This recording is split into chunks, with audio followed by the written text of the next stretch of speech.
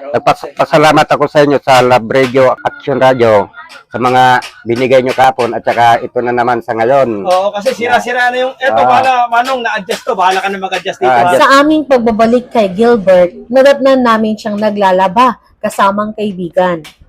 Ang kwento nga niya, maliban sa pangangalakal, ay ang paglalaba ang kanyang pinagkakakitaan para may padala sa 2 anak na nag-aaral sa Leyte. Iniipon ko yan para sa mga anak ko ngayon, para may padala ko, ganun. Lalo na ngayon, magra-graduate, grade 12. Kailangan niyan kasi ngayon ng pera. Opo.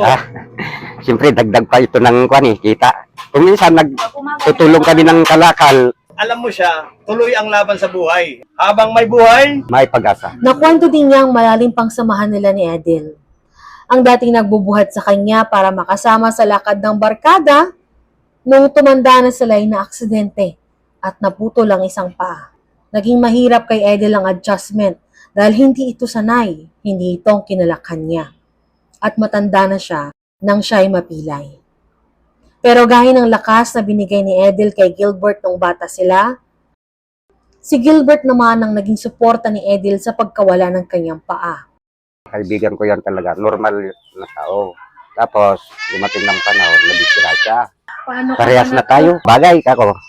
Kayanin mo yan, andyan na nga. Buti sa'yo, mas ano sa'yo, lumaki ka na ganyan. Pero sa akin, masakit. Sabi niya noon, itong nagkikwentuhan kami.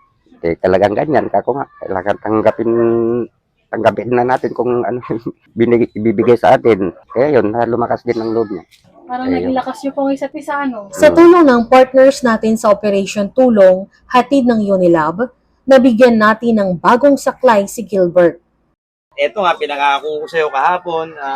Nakita namin na talagang Nagutay-gutay na. Nagutay-gutay na yung catches mo. So ito. Kaya eto, igarahe mo, huwag mong tatapon. Marami kang Souvenir. kumita dito. Souvenir mo to. Dito, tumagal ang lakas mo at kumita ka ng marami. Eto, mas nadami pang Mas kikitain mo madami dito. pa. Oo, tanggapin mo to. Mas madami pang tatanggapin na labaan siguro. Ibigay ko na sa'yo. Garahe mo muna yun. Garahe. Garahe. Nagpapasalamat po ako sa inyo sa mga Love Radio at Action Radio sa binigyan nyo na naman na bago kong gagamitin ngayon na marami pang kikitain na Manong Gilbert, andun. mahal ka mawawalan ng pag-asa, ha? Andito Idol lang kita, kayo, idol basta. kita. Uncle, thank you. Ito ang kwento ni Gilbert, isang polio victim, pero survivor sa buhay. Ang gusto ko lang masabi sa mga katulad ko na may kapansanan ay kumilos para kumita at saka huwag nilang paghinaan ng loob para ganon mayroon pang araw-araw.